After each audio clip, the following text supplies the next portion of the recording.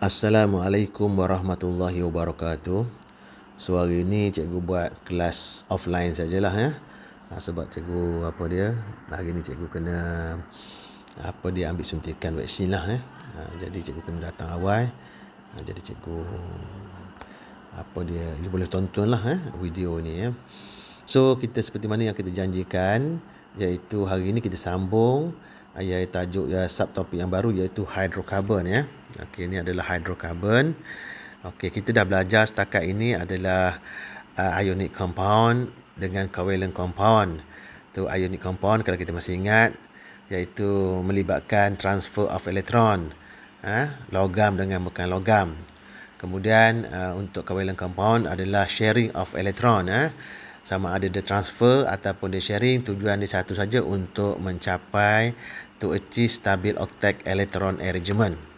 So hari ni kita akan pergi satu lagi ikatan, namanya adalah ikatan hidrogen ya. Jadi hidrogen ni dia agak susah sikit nak faham, tapi tak apa cikgu akan perjelaskan. So maksudnya apa yang kena learning standard, apa yang pelajar kena tahu dalam bab ni adalah pelajar dapat menerangkan explain with example of the formation of the hydrogen bond ya. Ada contoh pembentukan hydrogen bond. Lepas tu kesan ikatan hidrogen ke atas sifat fizikal sesuatu bahan ya. Okey. So kalau kita baca kat sini, tu dia ya. Jadi dia kata ni sini kenapa ais terapung di atas permukaan laut ya. Kenapa ais boleh terapung di atas permukaan laut ya. Sedang kita tahu ais tu pun air juga, laut pun air juga. Tapi kenapa iceberg tu boleh terapung di atas permukaan air ya. Jadi kalau diterang kat sini, dia kata sebab density of ice lower that compare high water ya. Jadi kenapa ais kurang tumpak daripada air Jadi untuk menjawab soalan ini maka kita kena faham konsep hydrogen bond. Itu dia. Jadi untuk faham ini, kita kena fahamlah konsep ikatan hidrogen ya. Okey. Jadi kalau kita tengok kat sini, dia kata hydrogen bond are attraction force between hydrogen atom. Jadi hydrogen atom ini adalah daya tarikan antara hidrogen dengan atom yang sangat tinggi elektronegativity dia iaitu tarikan ion atom hidrogen dengan nitrogen, oksigen ataupun fluorine itu dia. Jadi contohnya molekul air lah tarikan molekul air can form hydrogen bond among water molecule. Jadi dalam banyak-banyak contoh tu, contohnya air wujud ikatan hidrogen hydrogen bond itu dia. Jadi sebelum tu cikgu cerita sikitlah macam mana boleh wujud ikatan hidrogen ini sebab dalam buku teks ni dia bagi sangat simple. Cuma cikgu cuba tengoklah di sini, kita tengok. Okey, kita tengok kat sini macam mana tu, terang sikitlah Okey, jadi sebenarnya dia kata tadi apabila hidrogen terikat membentuk ikatan kovalent dengan elemen yang sangat tinggi ke elektronegatifan dia itu dia Jadi dia macam ni contoh ni kata tadi air Okey. Jadi kita tengok di sini hidrogen, ini air, ini hidrogen, oksigen, ini air, ini air lah contohlah itu dia. Jadi kita tengok oksigen ni dia punya elektronegativity dia. Elektron maksudnya kekuatan dia untuk menarik elektron tu kuat. Walaupun kita dah belajar iaitu semasa mereka berkongsi, oksigen dia akan sumbang satu dengan hidrogen ni. Sebab kita tahu oksigen ni dia adalah 26. Yang ni satu. Jadi untuk oksigen ni untuk jadi 8, dia kena sumbang 2. Tetapi hidrogen boleh sumbang satu saja. Jadi oksigen terpaksalah sumbang satu pada hidrogen yang ni, sumbang satu pada hidrogen ni untuk dikongsikan bersama untuk achieve stabil otak elektron arrangement. Okey. Walaupun salin sama sumbang, tetapi okey, jadi kalau kita buat macam ni, oksigen macam ni, ni oksigen, okey dikongsi kata ni adalah atom oksigen Okey, apa dia? Ini oksigen punya, ini oksigen. Okey. Dia sumbang kepada siapa? Dia sumbang kepada hidrogen lah. Ni hidrogen. Okey, hidrogen dia ada itu dia. Sumbang satu kan. Tetapi oleh kerana oksigen ni lebih elektronegatif berbanding hidrogen, maka dia akan tarik elektron hidrogen itu menghampiri dia itu dia. Bila dia tarik elektron menghampiri nukleus dia, maka dia akan menjadi separan negatif separa, dia bukan negatif, separan negatif. Okey, maksudnya elektron yang ni tertarik ke sini. Bila maka hidrogen akan jadi separa positif lah. Dipanggil separa ni lah. Nampak clear tu. Macam juga contohnya hidrogen klorat hidrogen klorat hidrogen klorat sama juga klorin. Okey klorin dia ada ini silap ni tadi satu saja ni Okey, klorin ada 1 2 3 4 5 6 7. Okey hidrogen pun dia akan sumbang satu saja sumbang satu saja. Okey, nampak kalau kita tengok di sini, elektron yang ada ini akan ni nukleus kata ni nukleus Okey, elektron elektron kepunyaan hidrogen tadi ditarik menghampiri nukleus klorin. Maksudnya sebab klorin ni more elektronegatif Okey, bila ditarik elektron valent hidrogen mendekati dia, maka dia akan jadi separan negatif lah. Okey, jadi oleh kerana elektron valent hidrogen ni pergi ke klorin, maka di sini akan menjadi elektropositif more atau apa dia separa positif. Okey, separa positif. Okey, yang ni dinamakan, jadi keadaan ini dinamakan sebagai ini adalah molekul berkutub maksudnya bila berlaku macam ini, maka molekul ini dinamakan sebagai molekul berkutub. Dipanggil polar molekul itu akibat daripada ketidakseimbangan keelektronegatifan atom-atom tersebut tu dia. Okey. Jadi kita tengok seterusnya macam mana Okey kita tengok sini Okey. Okey macam ni. Dia kata okey. Okey, oksigen atom higher electronegativity. Maksudnya keupayaan elektron oksigen untuk menarik elektron menghampiri dia sangat tinggi Okey. Jadi menyebabkan dia menjadi apa dia tadi kita kata apa dia akan menjadi kita ambil pemerah Okey. Dia akan menjadi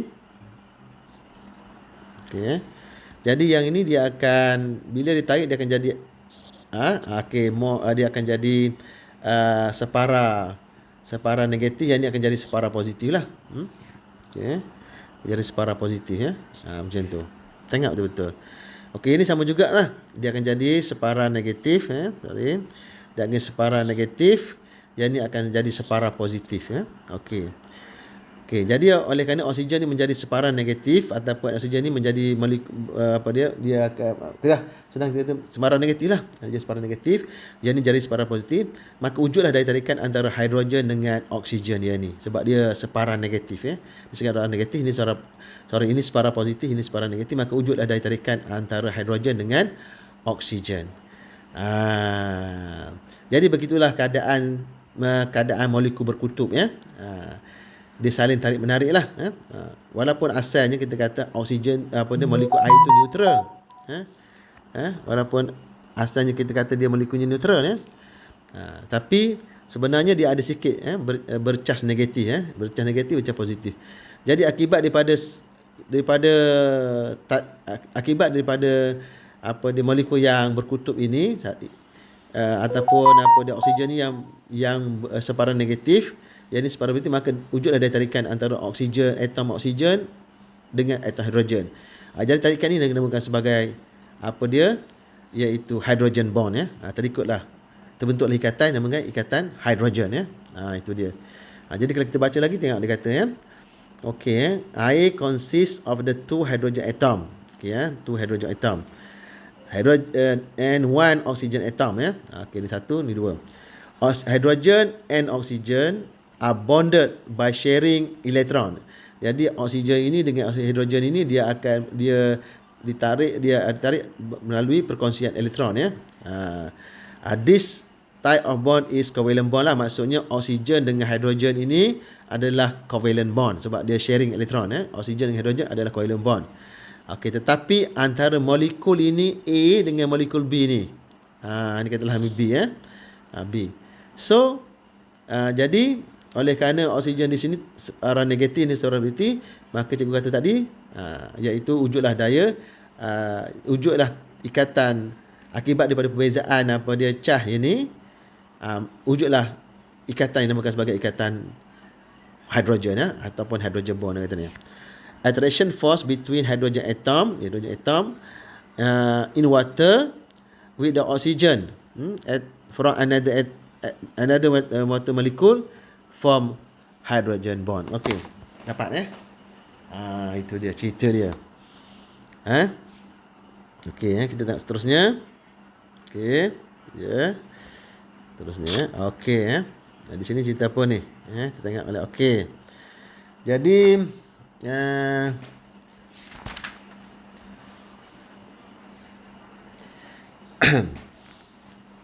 okey jadi untuk lebih faham nanti bolehlah jawab soalan yang ada kat situ ya. Okey, cikgu cerita sikit saja gini. Okey, kita tengok ya. Dia kata peranan hydrogen bond in daily life ya. Peranan ikatan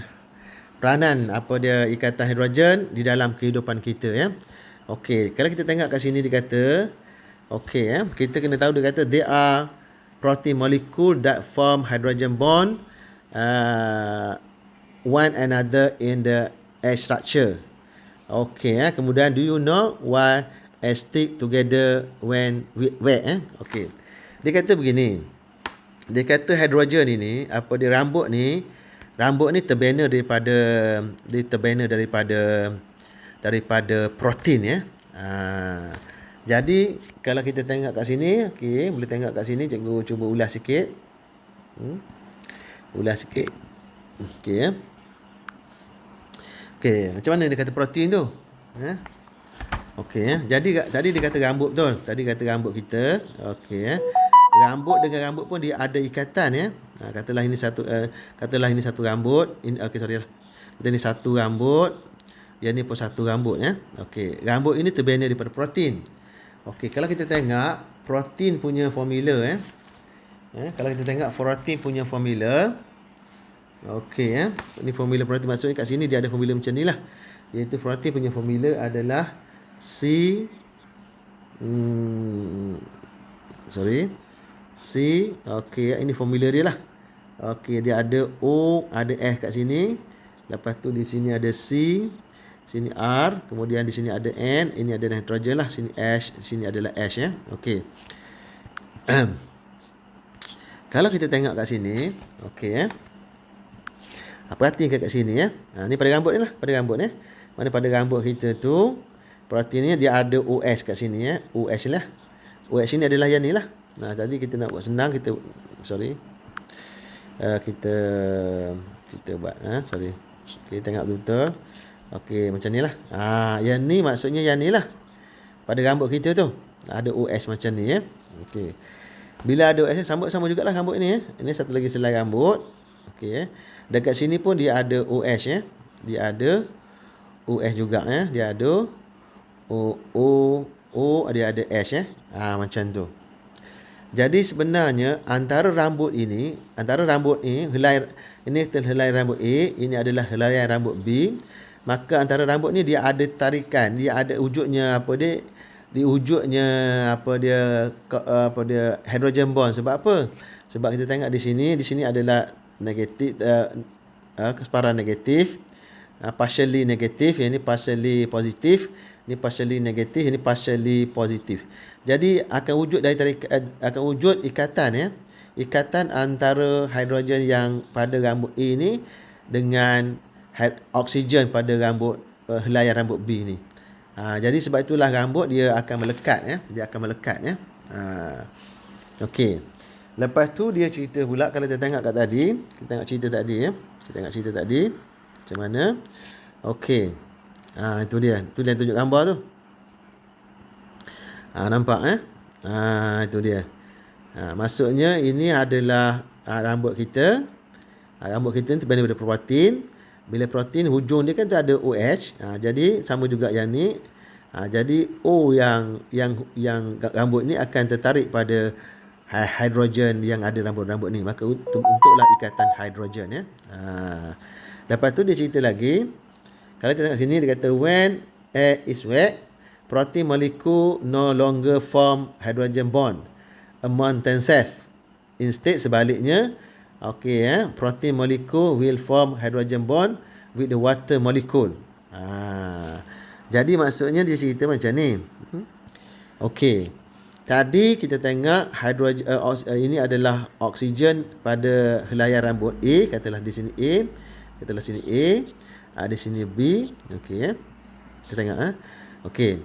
Jadi sekarang ni kita tengok tadi oksigen yang ini semasa kering tadilah dia akan tertarik dengan hidrogen rambut B. Tetapi bila ada air, dia kata maka ikatan bond antara yang ni, ikatan hidrogen bond antara oksigen dengan hidrogen ni tidak berlaku lagi. Tapi apa yang berlaku, rambut A dengan rambut B ni akan membuat ikatan hidrogen dengan molekul air. Sebab rambut tu basah. Apabila rambut basah, itu cerita dia lah. Jadi maksudnya sekarang, air sama juga. Di sini dia adalah negatif, di sini dia adalah positif. Yang ni negatif, yang ni positif. Ini positif. Jadi tarikan antara hidrogen rambut B ni dengan oksigen pada molekul air, dan tarikan antara oksigen untuk helaian rambut A ni dengan oksigen pada hidrogen pada molekul air adalah lebih kuat berbanding tarikan antara oksigen yang ini dengan hidrogen ini semasa tak ada air. Sebab itulah semasa ada air, maka rambut kita akan melekat, akan melekat. Sebab tarikan ikatan hidrogen antara molekul air dengan rambut lebih kuat berbanding tarikan hidrogen antara helaian rambut A dengan helaian rambut B. Sebab itulah kalau rambut tu, kalau kita kering, kita boleh sikat dengan mudah lah. Walaupun dia ada ikatan hidrogen, tapi hidrogennya tak berapa kuat. Tetapi kalau misalnya rambut kita basah, kalau biasanya perempuan lah, bila kita tarik, dia akan rasa dia tersangkut, dia akan tersangkut, sebab adanya ikatan hidrogen antara air dengan kedua-dua rambut tadi. Itu dia, Okey, boleh faham sekat tu, Okey, sama jugalah dia cerita kat sini. Contohnya kalau kita nak buka buku, kita nak buka buku, kita nak buka buku dekat sini, tapi susah, ataupun kita nak nak buka sarung plastik, sarung plastik susah, jadi kita kena basahkan tangan kita dulu, baru kita mudah buka plastik, ataupun kita boleh mudah belik buku, itu dia. Kenapa? Inilah cerita dia. Okey, sebab paper selulose ini juga adalah sejenis protein, di mana protein dia ada OH, seperti mana yang cikgu dah beritahu tadi, iaitu macam mana cikgu beritahu tadi, iaitu C, dia ada O, kemudian dia ada OH, lepas tu dia ada C lagi, kan? Lepas tu sini R, lepas tu dia ada N, lepas tu sini H, sini H, ini. Okey, jadi selulose ini adalah dia sejenis protein juga. Dia ada kalau tak silap cikgu lah, Tapi yang pentingnya dia ada OH lah. Dia ada OH. Okey. Jadi bila kita bila tangan kita kering, contohnya okey katalah ini paper lah, airline paper. Tangan kita kering, bila kita pegang kita nak belik paper tadi, maka tidak ada daya tarikan, tidak ada ikatan hidrogen yang terbentuk. Tetapi bila kita ada air, tangan kita juga adalah terdiri daripada protein. Jadi air tadi melekat dekat tangan kita sebab adanya tarikan hidrogen antara tangan dengan air tadi. Kemudian antara air dengan kertas itu juga ada tarikan hidrogen. Jadi menyebabkan buku itu boleh diselak dengan mudah. Itu cerita dia. Dapat kalau kita baca kat sini, dia katalah water molecule on the wet finger will form hydrogen bond with the cellulose in a paper, because of that paper will stick to the finger kita. Itu dia. Okey. Seterusnya kita tengok. Okey, itu soalan sajalah. Ada kat atas lagi.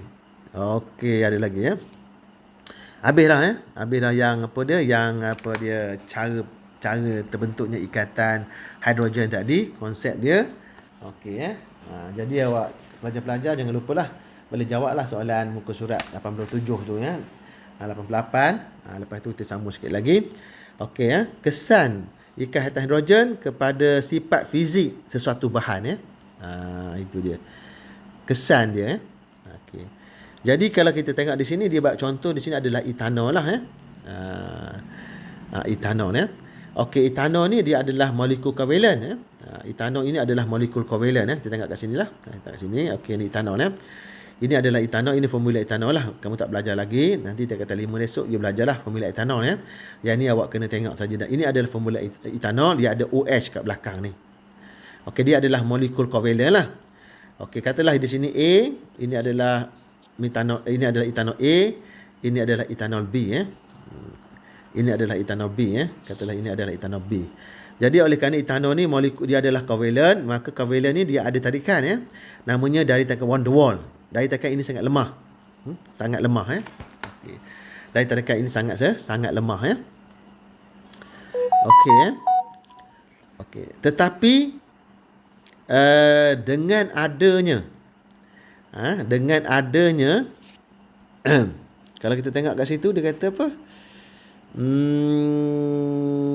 Dia kata etanol kita tengok balik atas balik. Okey, tengok balik dia kata di sini, kita tengok dia kata di sini compound in the form of liquid reach boiling point when the attraction force between molecule are overcome jadi si cair akan bertukar jadi gas kalau daya tarikan antaranya diatasi.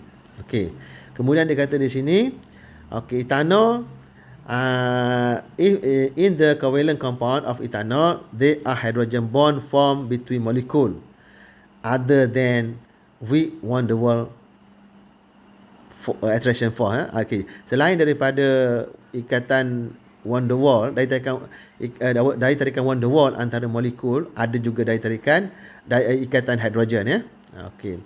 Dia kata strong hydrogen bond are difficult to break strong hydrogen bond difficult to break.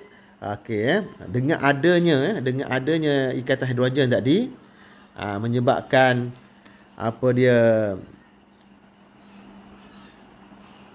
susahlah dengan adanya ikatan hidrogen tadi, dia susah nak putus apabila kita kenakan haba. Jadi terpaksa guna banyak haba lah. Kita more heat energy is required to overcome the weak on the force attraction force di samping untuk memutuskan ikatan hidrogen bond tadilah. Inilah yang menjadikan kenapa etanol takat didih dia agak tinggilah berbanding on other hand molekul like the chlorine jadi klorin dengan dengan etanolnya sepatutnya klorin ini takat didih dia lebih tinggi daripada etanol. Sebab kalau kita tengok molar mass bagi klorin ini adalah 71. Maknanya molar mass dia satu, maksudnya molekul dia lebih besar. Walaupun dia ada dua saja molekul, ada dua atom. Okey, yang ni banyak atom, tapi yang ni kalau kita tengok di sini bawa 24 molekul molar mass dia sini 24, 2 darab 2 24 tambah 5 29, 24 tambah 5 29, 29 tambah dengan 16. Tambah dengan 1 tak sampai pun 50. Sepatutnya daya tarikan antara molekul klorin ni lebih tinggi berbanding dengan tarikan antara molekul etanol. Sebab molar mass dia lebih besar. Tapi apa yang berlaku, dia cerita kat sinilah. Sedangkan etanol adalah cecair pada suhu bilik. Klorin adalah gas pada suhu bilik. Kenapa jadi begitu? Sebab klorin dengan klorin, so ni kita ada kata ni molekul klorin. Okey, ni molekul klorin. Kita besarkan sikit. Di sini molekul klorin. Okey, ni klorin. Okey, ini klorin. Okey. Kemudian ini klorin. Ini pun klorin. Okey. Yang ni ditarik. Tarik. Tapi tarikan yang antara molekul klorin ini adalah van der Waals sahaja. Van der Waals sahaja. Bila van der Waals sahaja, maka kita dah beritahu tarikan van der Waals adalah lemah. Tapi kalau dia etanol seperti mana yang kat sini, okey, selain daripada kat sini, selain daripada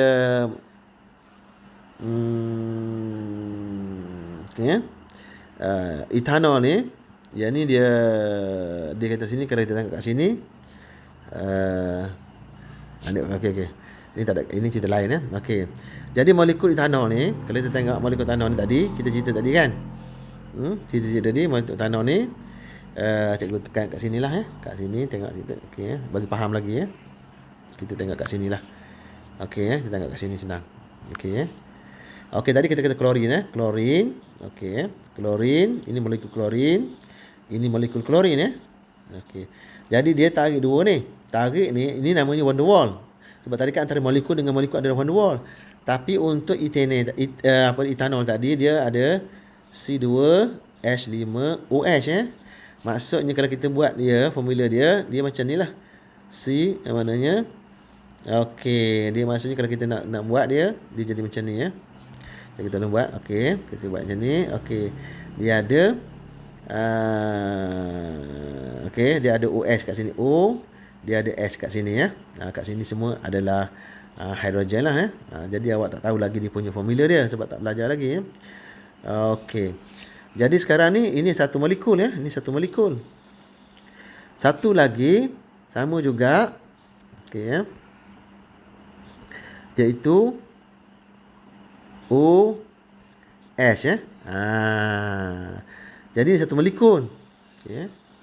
Jadi molekul ini ditarik, ada van der Waals Tetapi antara oksigen ini dengan hidrogen ini adalah ikatan hidrogen.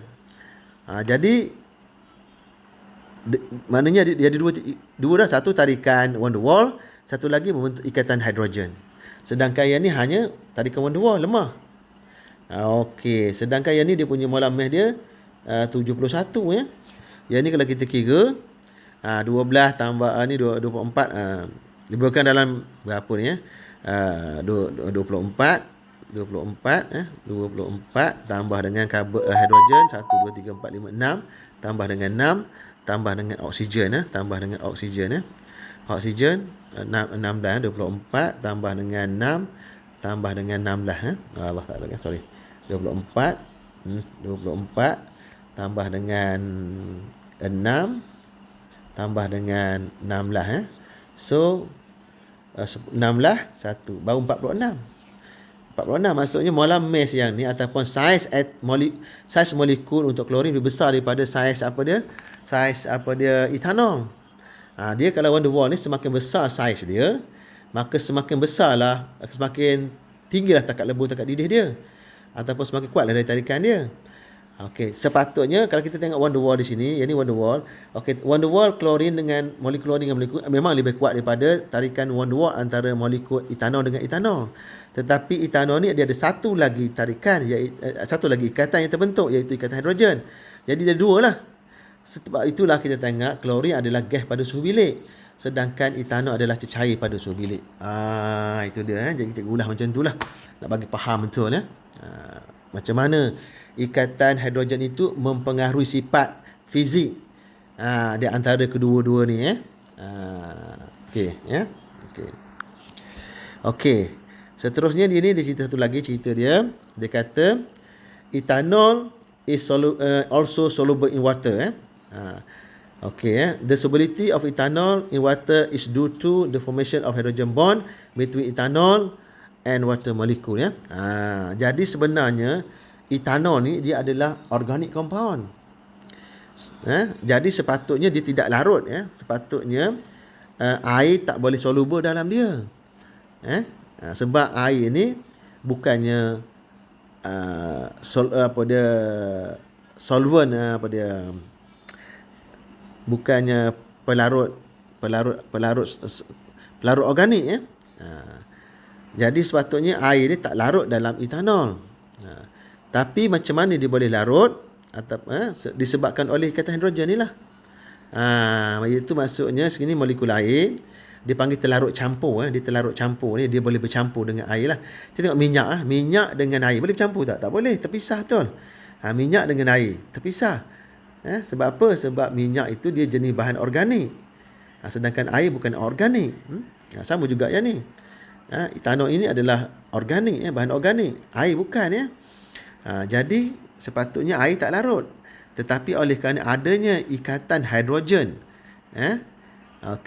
ikatan hidrogen antara ikatan hidrogen antara hidrogen daripada air dan juga oksigen daripada etanol, menyebabkan air boleh terlarut campur di dalam etanol. Itu dia. Clear? Itu dia. Okey. Jadi itu sajalah yang kita nak cerita. Kemudian kita akan lihat pula reactive bond. Tapi oleh kerana soalan ni banyak, jadi kalau cikgu ajar dua-dua sekali, nanti awak tak boleh nak buat. Jadi lepas habis yang ni terus buat. Okey, tengok muka surat berapa. Please jangan tak buat.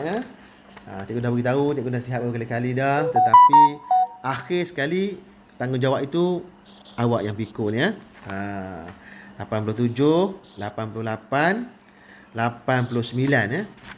Itu dia. Cuba jawab. Okey, lepas itu ada lagi iaitu 90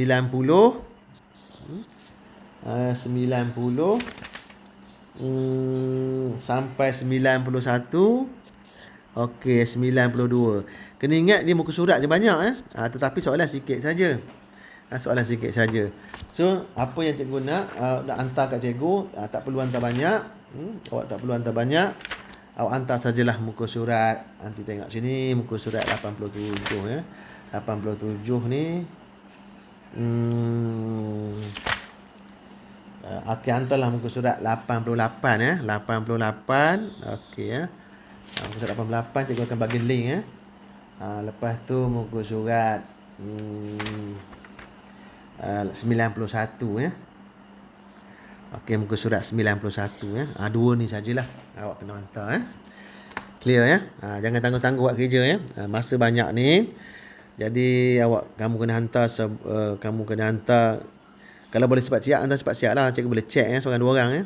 Yang kendian-kendian tu mungkin cikgu tak sempat set lah, tapi cikgu tak boleh nak tanda lah. Okey, tapi cikgu tengok lah mana betul mana salah.